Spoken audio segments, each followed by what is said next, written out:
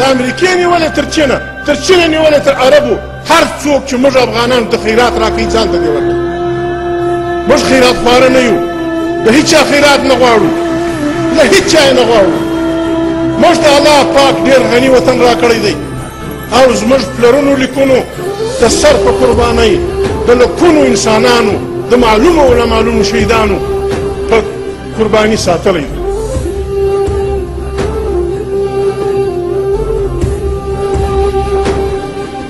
سوزی گلونا پسرو لمبو کی ان خط سادہ وڑو سلگو کی سوزی گلونا پسرو لمبو کی ان خط سادہ وڑو سلگو کی دڑی وچرتا فتور شپو کی کوي وختونه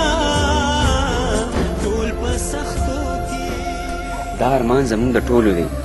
چې زما د کام بچي دی د تعلیم په کالو باندې ښایسته شي نو بیا به هېڅوک هم دوکه نه کي نو بیا دا ارمان به موږ په شریکه پوره کوو انشاءالله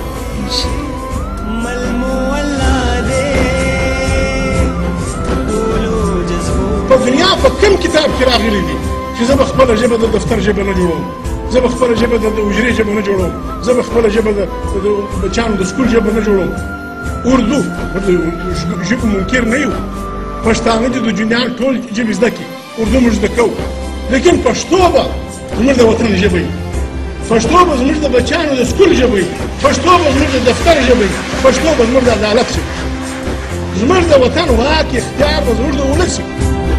بس ارزانا جهان مخرس کو زمکا مخرس آسمان مخرس کو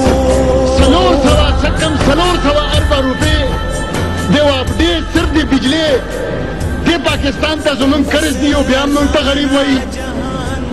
زمن اوبا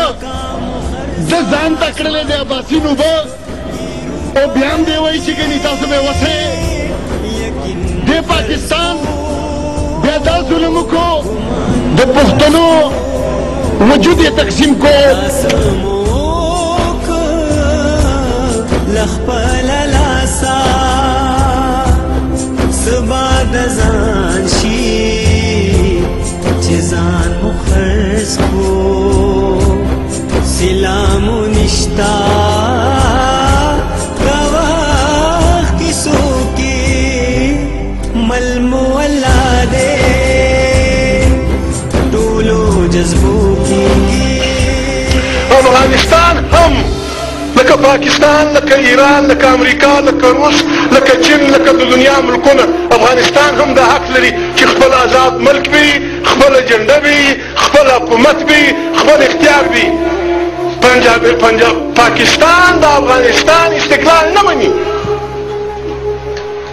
پاکستان به دا پر قرآن مني چې افغانستان آزاد دی ګوتې به نه کوي امریکې څه نیولې تر اوسه چې په دنیا کې څه ملکونه دي دا افغانستان همسایه ملکونه پکښې دا پنجاب دا پکښې دا ګرد په قرآن دا وایي چې افغانستان آزاد خود مختاره دی دی به خپله باچي په خپله جوړوي بل به کار نه په لري پزما کا هر خوا تیرې خورې دي هر څه تالا شو پرتېرې دي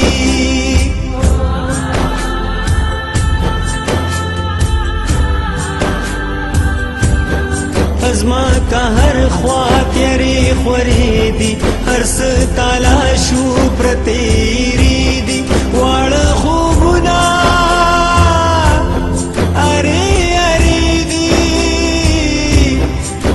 هر یو لوري د اور لمبي دي په هر نظر کې وینا خوټ کیږي په هر یو کور کې چغې سوري دي شور پات مفتي نه دی د ژوند نغمو کې مل مولا دی ټولو جذبو کې مل مولا دی چې کوم پښتون حتی نه غواړي هغه بې غیرته دی هغه د اوس دی هغه به پرېږدو نه به وطن حتی به څنګه نه غواړي او که موږ دعوا کوو پاکستان ماتېږي وروره که زما په حق پښتون پاکستان ماتېږي زه غواړم خدای دې مازدیګر ماښام بانګ مخکې ماته